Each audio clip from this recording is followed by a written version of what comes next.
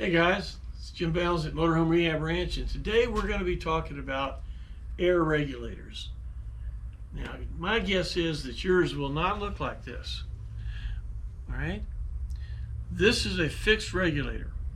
It's designed to come on at 140, 110 and turn off at 145. Now, the original regulator that we have in our coach looks like now this is a blue one as opposed to the one you have is a gray one, and it is just like you'd see in Grandpappy's garage. It's an adjustable regulator, and that's all well and good, but the thing is, we know what we want to have on this regulator. We want something that's a little bit, well, this is pretty reliable. I mean, it's worked 50 years, but maybe you want to give it a gold watch. Today, this is a fixed. It's a 110 on, 145 off, like I said. And this is a variable, but we don't need variable. Replace it with this. Now, where do you get these? Write this down. It'll be right here at the bottom. Hornblasters.com. Now, also, if you want the world's loudest train horn for your truck, they got that too. But go to hornblasters.com, look at their components, go down to their air regulators, I think it's called regulators, and you'll see a whole selection of regulators, fixed regulators. This is the least expensive. It will handle 20 amps, like it says right there. It'll hold 20 amps. I would use this on the primary side of the relay. And you say, well, what's that mean? Primary side of the relay. Primary side is low voltage that controls high voltage. That's what a relay does. It's a control circuit. It can do other things too. But in this case, you're going to feed voltage into a relay, a Bosch relay.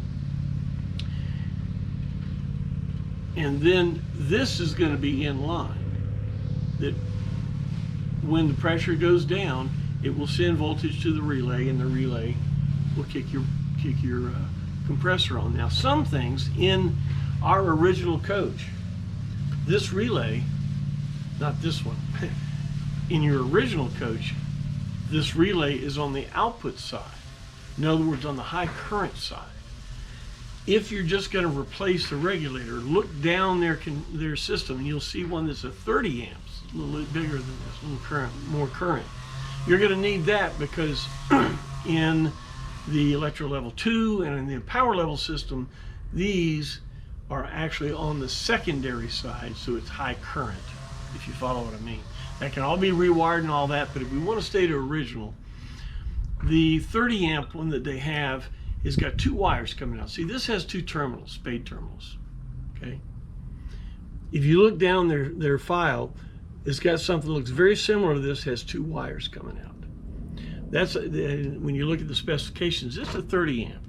We're going to be using this on the primary side, so I just got the little inexpensive one. These are $27 at Horn Blasters. When I say Horn Blasters, also check with those folks on Viair compressors. We use Viair 380.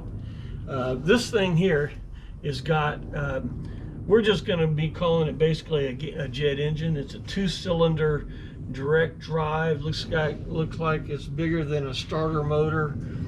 And what they use in a relay, same thing over there that they use as a boost relay.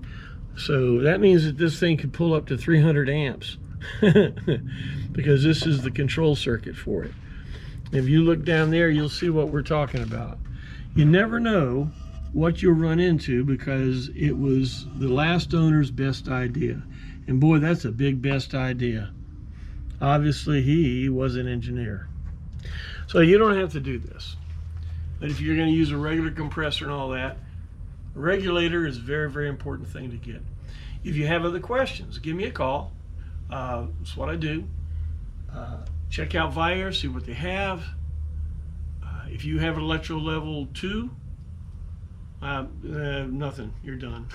But Electrolevel and power level system, you'll need a regulator like this. All right. Thanks for the time. Hope this helps you. If you have any questions, give me a call.